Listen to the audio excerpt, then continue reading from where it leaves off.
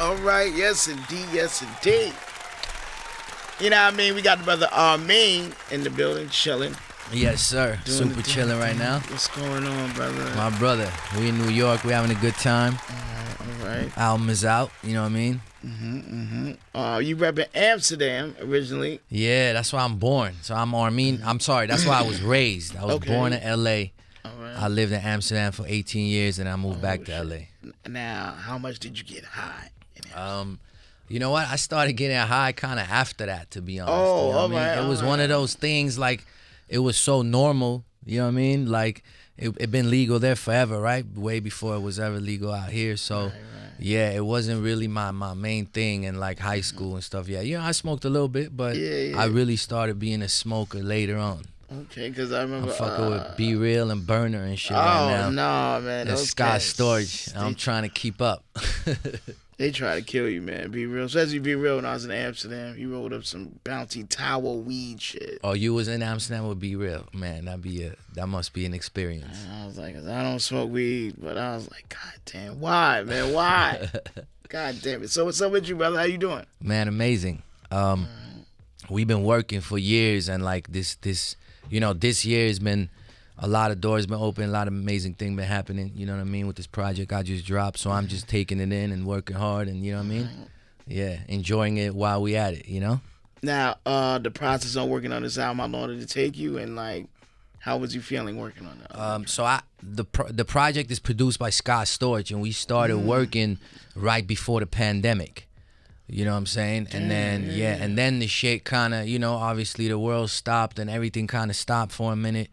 And then we picked it back up. So it's been, you know, on and off. It's been a few years, like a good 3 years in the making. And I feel like that's probably why it came out so special, to be honest. Because, you know, once you sit on music, you kind of weave out the shit that, like, you know what I mean, you get tired of. But like, I like to ride around with my music for a minute, so when I see, like, after a while this shit's still like hitting, you know what I mean, I'm still just as excited as I was. You know, you be in the studio, finish your song, and you think you got, you know, it's fire, and the next hit, you know what I mean? right In the studio, in the moment, everything sounds fire, and then you kind of, you know, realize like this one might not be up to par or whatever. So, you know what I mean, I really got like selected the right records, got some amazing features on there.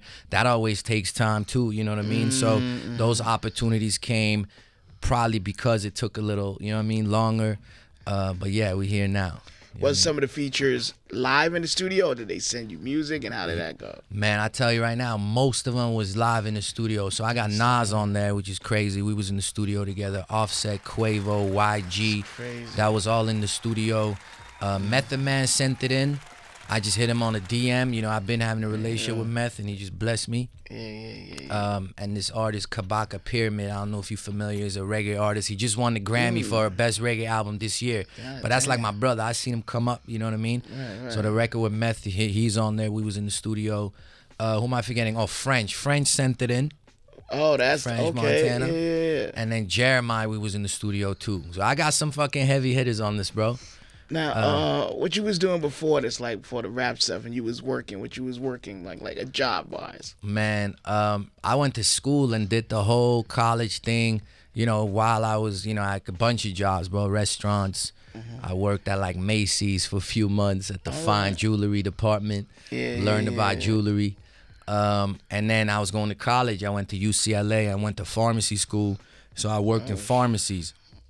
Did you have any best friends? You know, effectively working in the pharmacy, they're like, yo, all the time. Hook me up, son. Yeah, I hear that all the time still, you know what I'm saying? Oh, shit. But, you know, I graduated pharmacy school, but then I was working for a little bit, and I realized, like, all while I was doing music, of course, you know what I'm saying? And I'm Armenian, so in my community, you know, I kind of like, I got support quick. Like, once I started releasing music, because I was kind of the first one, and everyone, you know what I mean? So I really got that support. So, you know, I was juggling both, and then I realized, yo, if we really trying to do this, you can't be 1 foot in, 1 foot out, you know what I mean? Right. So I kind of like, you know, just literally quit working. I was working at Rite Aid, you know what I mean? Oh, shit. And I just went full on into music, and that's when honestly things started, you know what I mean, happening, and finally really seeing that progression in a different way.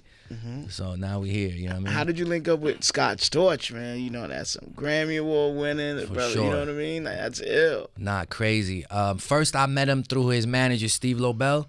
Everybody know we Oh, the working, bald head right? brother. Yeah, very Yep. good brother. Yeah. Yeah, so yeah, I've been knowing him for years. So, you know, he started managing him, I want to say around 2017, 2018. Okay. And, you know, one day I ran into him and he told me, and, you know, we got a little budget together and I went to do just one track with him. You know what I mean? And then I left that session kind of thinking like, man, you know, I always been nice and I had joints and like, but I needed that production. I knew I needed that production to really elevate, you know, everything. And I, you know, after that session, I was like, man, this dude is really different. You know what I'm saying? He come from an era, he's worked with real MCs, but he's so musical. He adjusts to like what's happening now, melody, whatever you need. Basically, he can do it.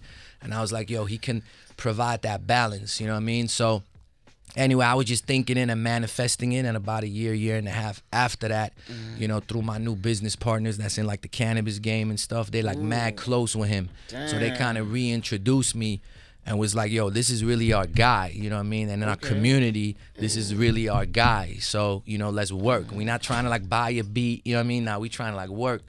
And, you know, that's how it kind of happened, and we ended up doing the whole project. Now, Scott Storch is known for like playing music in front of you and stuff like that. Facts. Was there a track that you was like, nah, I don't like that shit, man? Like, nah, you know how it is with him is like, for sure, I mean, those moments were there, but it was more like everything is made on the spot. So it's almost like a collaborative effort. You know what I'm saying? Like, yeah, he's doing it, but it starts with a conversation like, all right, what kind of track we want to do? What's the vibe? What's the mood? What's the concept? Any ideas we have? And then he just starts going, you know what I mean? And while he's playing, he's just looking in the room and like reading the room and seeing how people are reacting, specifically the artist, you know what I mean? Yo, you like that? And then, but he's at the same time his own worst critic. He's like, nah, let's start over, you know what I mean? But usually he just nails that motherfucker quick, bro. That's like dope. 15 minutes. Yeah. The beat with Nas, he did it in like 15 minutes, like crazy. He just knows what to do. Once you kind of give the idea, he brings that shit to life. You know what I'm saying? Can we play that joint right now with you and Nas? Hell yeah, come on. And then we gonna talk about that. Call up right now, 88-SHADE45, Armin's in the motherfucking building. Let's go. Let's do it. Call up, man. Lord says special.